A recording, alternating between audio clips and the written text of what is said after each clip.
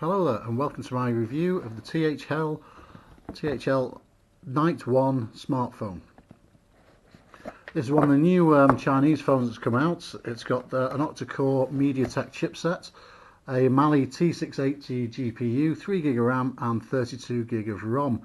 It supports dual SIM cards or a SIM card and a memory card. You can't actually have two SIM cards and a memory card, you have to choose one or the other. It's a really nice phone. It's very similar in style to the Galaxy S7. It has a single home button down there, which is also the your unlock button. It has the volume controls and the power on the right hand side, and your SIM card and your memory cards go in that slot there on the left hand side. It's got a 5.5-inch screen, and as I say, a sensor unlocked with a thumb. Now let's just have a quick look at what you get with it in the box. So you get the phone itself. You get a standard UK 3-pin 2-amp charger. You get a little pokey thing for removing the memory card and the SIM cards. You get a English quick start guide, which runs you through the very basics of setting up an Android phone, but most people actually know how to do that these days. It comes with a clear plastic screen, rear plastic case to protect your phone in. That fits in snugly, like so, and looks quite nice. And finally, it comes with a tempered glass screen protector. Now, it actually has, just so you know, a quick tip with these Chinese phones, they always come with two plastic screen protectors already on them. I always take the top one off because it tends to have bubbles on, and leave the bottom one on for as long as I can before you start using your tempered glass one, because it just makes things last that little bit longer. So there is actually a plastic screen protector on here that you probably can't see. You can just see the edge of it there, maybe if I hold it in the light down here. But anyway, so that's, before you fit the tempered glass one, always take the plastic ones off. A lot of people don't know they're actually there because they are fitted that well. So let's throw that back in the box, get it out of the way. Right, so the phone itself, as I say, it's an octa-core MediaTek chipset that's in it, which means for the money, it's very quick. It's very responsive.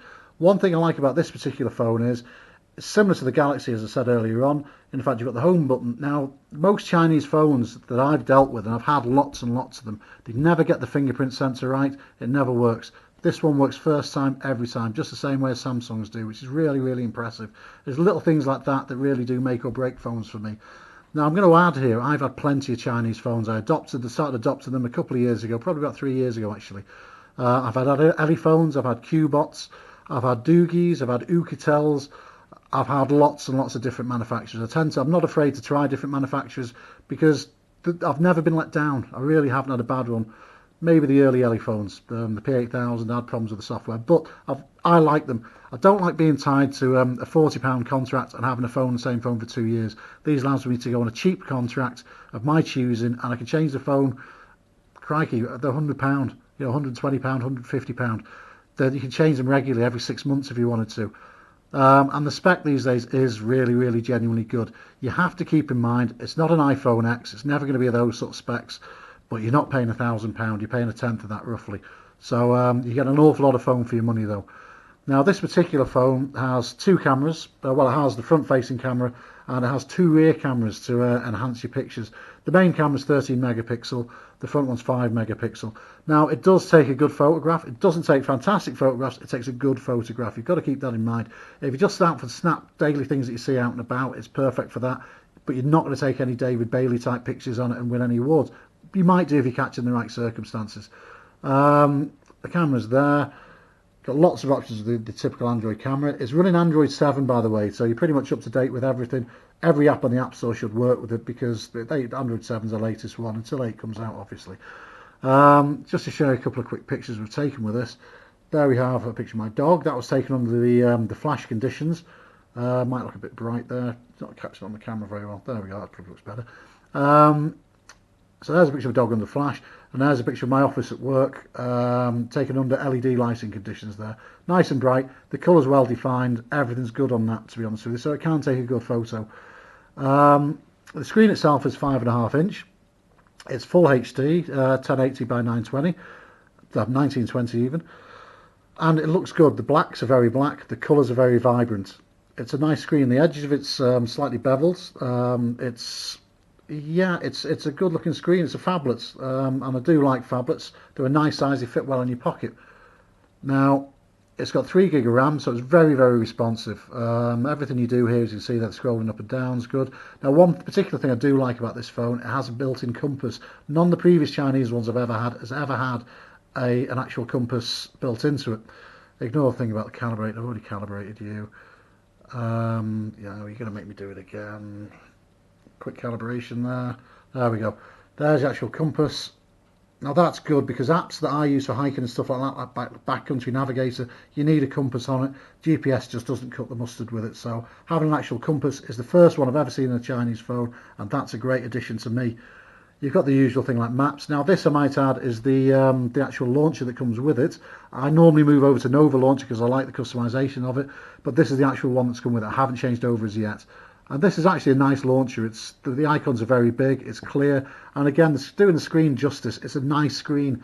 It's certainly one of the best ones I've seen on a Chinese Android device. Now, the Mali 680 chipset, that's the GPU, that's a graphics processor, allows you to play games that are 3D, and it allows you to play them without lag. And they play well, they play very well. Just have a quick run through this. It's a nice little 3D game. I certainly know my kids play it all the time. And there's a good example of how well that the Mali chipset deals with it. Oh, go into an advert, go away with your Black Friday sale. Tap to play, there we go. As you see, smooth as you like, nice graphics. And again, back to that display, you can't fault it. Now, the speakers on this are very good as well. It's one of the loudest phones I've actually owned. And I've owned a few. It's not saying a lot. Now let's just get rid of that. Let's get rid of everything. Clear all the memory. There we go.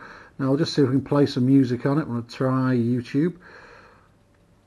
Whenever I start YouTube up, it never takes me to music straight away. So it's going to bear with me. And let's see. There's got to be music here. Oh, Queens of Stone Age. There we go. Let's try them. With the Amazon app, you can track your order to see well, we're stuck with adverts for Amazon of all people. Download the Amazon app today. I don't know if you can hear that on this camera. How clear is that? And how loud is it? I'm having to actually talk over it. So let's move it on a bit.